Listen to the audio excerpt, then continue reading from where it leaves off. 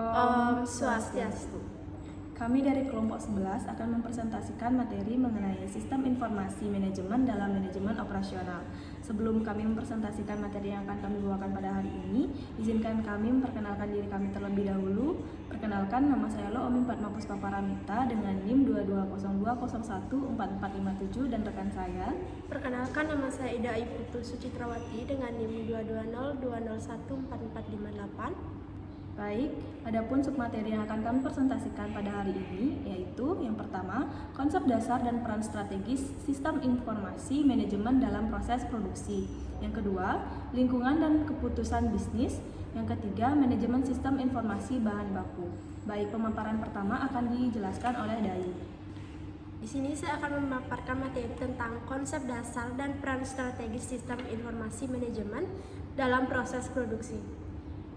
Menurut Henry Lucas tahun 1996, sistem informasi adalah kegiatan dari prosedur-prosedur yang diorganisasikan apabila dieksekusi akan menyediakan informasi untuk mendukung pengambilan keputusan dan pengendalian dalam organisasi.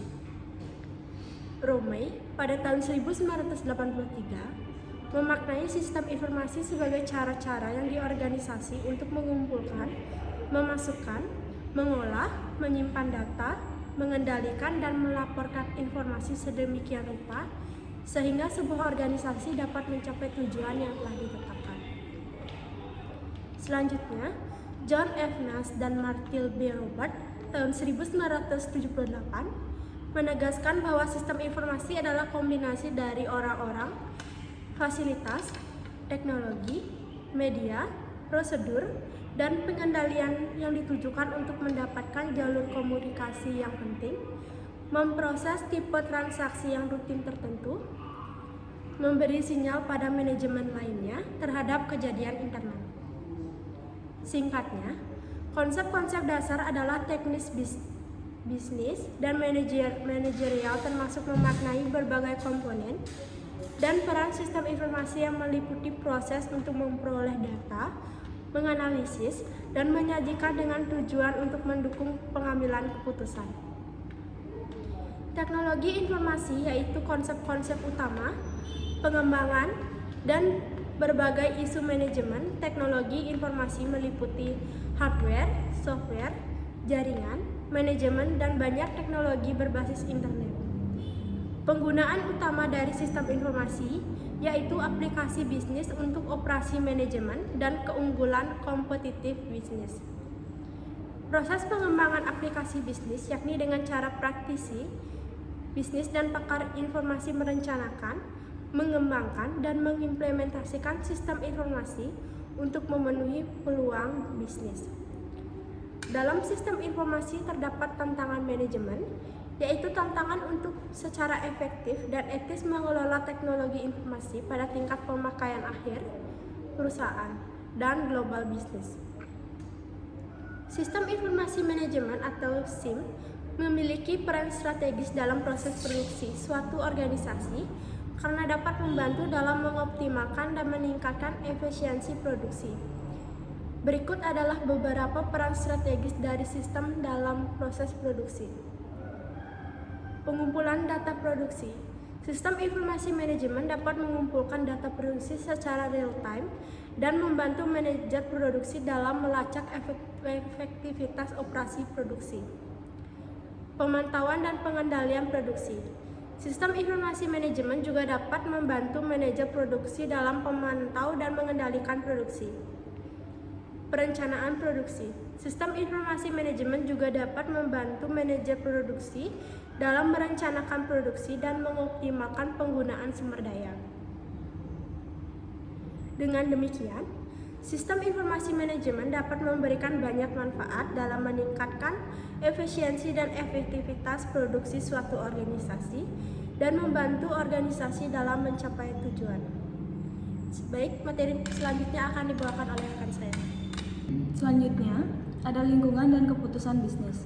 Lingkungan eksternal perusahaan atau lingkungan bisnis, menurut Pierce dan Robinson pada tahun 2007, dapat dikelompokkan menjadi 3 kategori, yaitu lingkungan operasional, lingkungan industri, dan lingkungan jauh. Lingkungan industri mencakup persaingan antar perusahaan, kekuatan pemasok, kekuatan pembeli, barang substitusi, dan hambatan masuk. Selanjutnya ada lingkungan jauh, mencakup ekonomi, sosial, politik, teknologi, ekologi, dan global. Lingkungan operasional mencakup persaingan, pemasok, pelanggan, pemberi kredit, dan pegawai. Lingkungan operasional, perusahaan harus melakukan perubahan untuk dapat menyelesaikan dan menyesuaikan dengan lingkungan yang kompetitif. Untuk mengidentifikasi pesaing, perusahaan dapat menggunakan matriks profil persaingan. Dalam matriks tersebut menggunakan faktor sukses kritis yang terdiri atas periklanan,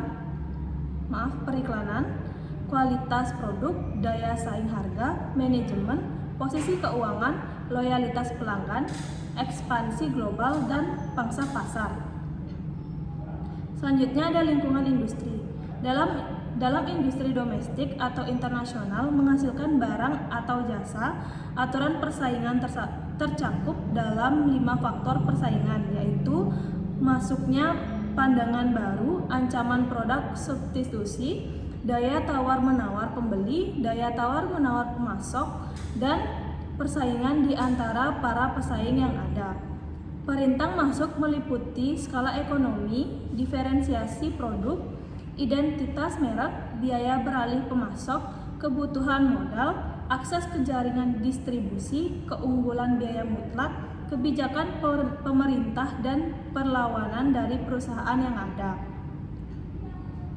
Lingkungan jauh mencakup faktor-faktor yang bersumber dari luar operasional perusahaan. Analisis lingkungan jauh digunakan oleh perusahaan yang mampu menjawab dengan menyerang ataupun bertahan terhadap faktor-faktor lingkungan jauh dengan merumuskan strategi yang memanfaatkan peluang atau meminimalkan ancaman. Perubahan di lingkungan jauh dapat memengaruhi perubahan dalam permintaan konsumen untuk produk industri serta jasa konsumen. Adapun faktor-faktor dalam lingkungan jauh yaitu faktor ekonomi yang berdampak langsung secara nyata pada berbagai strategi karena pola konsumsi dipengaruhi oleh kesejahteraan relatif berbagai segmen pasar. Dalam perencanaan strategi setiap perusahaan harus mempertimbangkan kecenderungan ekonomi di segmen-segmen yang mempengaruhi industrinya. Yang kedua ada faktor sosial yang berdampak besar pada semua produk, jasa pasar, dan pelanggan. Faktor sosial yang mempengaruhi suatu perusahaan yaitu kepercayaan, nilai, sikap, opini, dan gaya hidup orang-orang di lingkungan eksternal perusahaan yang berkembang dari perusahaan budaya, ekologi, demografi, agama, pendidikan, dan etnik. Yang ketiga ada arah dan stabilitas faktor-faktor politik merupakan pertimbangan penting bagi para manajer dalam merumuskan strategi perusahaan. Faktor-faktor politik menentukan parameter legal dan regulasi yang membatasi operasi perusahaan. Kendala politik dikenakan atas perusahaan melalui keputusan tentang perdagangan yang adil, undang-undang antitrust, program perpajakan, ketentuan upah minimum, kebijakan tentang polusi dan penetapan harga, batas administratif, dan banyak lagi tindakan yang dimaksudkan untuk melindungi pekerja, konsumen, masyarakat umum, dan lingkungan. Yang keempat atau yang terakhir yaitu perubahan teknologi dan penentuan secara revolusioner mempunyai dampak yang dramatis terhadap perusahaan. Di antaranya superkonduktor terbaru dapat dengan hambatan rendah terhadap arus listrik mampu merevolusi operasi bisnis khususnya di bidang transportasi, kesehatan, listrik, dan industri komputer. Selanjutnya ada internet merupakan mesin ekonomi global dan nasional memacu produktivitas, faktor kunci untuk meningkatkan standar kehidupan dan menghemat biaya miliaran dolar dalam distribusi dan biaya transaksi penjualan langsung untuk sistem yang dapat melayani diri sendiri. Selanjutnya ada internet mengubah berbagai peluang dan ancaman siklus hidup produk, meningkatkan kecepatan distribusi, menciptakan produk dan jasa baru, menghapus batas paraf geografis, dan mengubah trade-off secara historis antara fleksibilitas dan standarisasi produk. Yang terakhir ada internet juga mengubah skala ekonomi, mengubah hambatan masuk, mendefinisikan kembali hubungan antara industri dengan berbagai supplier, kreditur, pelanggan, dan pesaing. Baik, selanjutnya akan dijelaskan oleh Dayu. Selanjutnya ada manajemen sistem informasi bahan baku. Bahan baku merupakan barang-barang yang diperoleh untuk digunakan dalam proses produksi. Beberapa bahan baku diperoleh secara langsung dari sumber-sumber alam. Bahan baku juga dapat diperoleh dari perusahaan lain. Hal ini merupakan produksi akhir dari para penyuplai. Contohnya, kertas cetak merupakan produk akhir dari pabrik kertas, tetapi merupakan bahan baku bagi perusahaan percetakan. Ada jenis-jenis bahan baku.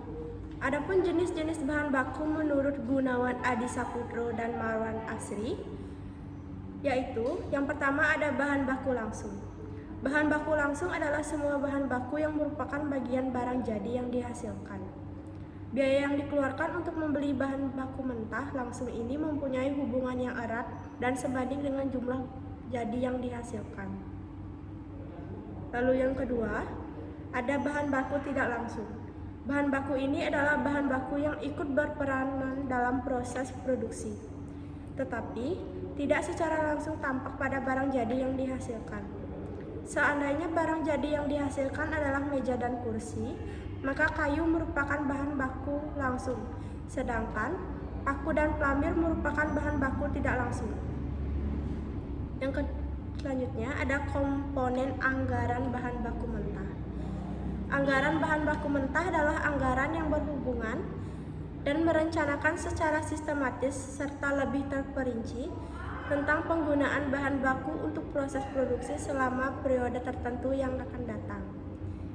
Anggaran bahan baku adalah anggaran yang bertujuan untuk memperkirakan jumlah pembelian bahan baku langsung yang diperlukan, sebagai dasar memperkirakan kebutuhan dana yang diperlukan untuk melaksanakan pembelian bahan baku langsung, memperkirakan jumlah kebutuhan bahan baku langsung, sebagai dasar penentuan dasar pokok produksi, yaitu memperkirakan komponen harga pokok pabrik karena penggunaan bahan baku langsung dalam proses produksi. Anggaran bahan baku mentah terdiri atas 4 komponen. Yang pertama adalah anggaran kebutuhan bahan baku. Anggaran kebutuhan bahan baku adalah anggaran yang disusun untuk merencanakan kuantitas fisik bahan baku langsung yang dibutuhkan untuk merencanakan kuantitas fisik bahan baku langsung yang dibutuhkan untuk keperluan produksi pada periode yang akan datang. Informasi yang tercantum dalam anggaran kebutuhan bahan baku langsung yaitu jenis produk jadi yang dihasilkan, jenis bahan baku langsung yang digunakan, departemen produksi yang dilalui dalam produksi, standar use rate, waktu penggunaan bahan baku langsung, dan kuantitas produk jadi. Selanjutnya adalah anggaran pembelian bahan baku. Anggaran pembelian bahan baku adalah anggaran yang disusun untuk merencanakan kuantitas fisik bahan baku langsung yang harus dibeli pada periode yang akan datang dengan mempertimbangkan faktor persediaan dan kebutuhan bahan baku langsung untuk keperluan produksi. Selanjutnya, ada anggaran persediaan bahan baku. Anggaran persediaan bahan baku langsung adalah anggaran yang disusun untuk merencanakan kuantitas fisik bahan baku langsung yang harus disimpan sebagai persediaan. Lalu, ada anggaran biaya bahan baku yang habis digunakan. Anggaran biaya bahan baku yang habis digunakan adalah anggaran yang disusun untuk merencanakan nilai bahan baku langsung yang digunakan dalam proses produksi. Manfaat penyusunan anggaran biaya bahan baku yang habis dipergunakan untuk menghitung harga pokok produk jadi yang dihasilkan dan untuk pengendalian pemakaian bahan baku langsung. Untuk menghindari tidak tepatnya persediaan bahan baku, diperlukan perencanaan sebagai alat untuk mengendalikan bahan baku agar sesuai dengan kebutuhan perusahaan. Salah satu cara pengendalian tersebut adalah dengan penyusunan anggaran. Sekian pemaparan dari saya. Waktu dan tempat saya kembalikan kepada moderator. Baik, sekian pemaparan materi yang dapat kami sampaikan. Sebelum kami menutup presentasi pada hari ini, izinkan saya membaca kesimpulan terlebih dahulu.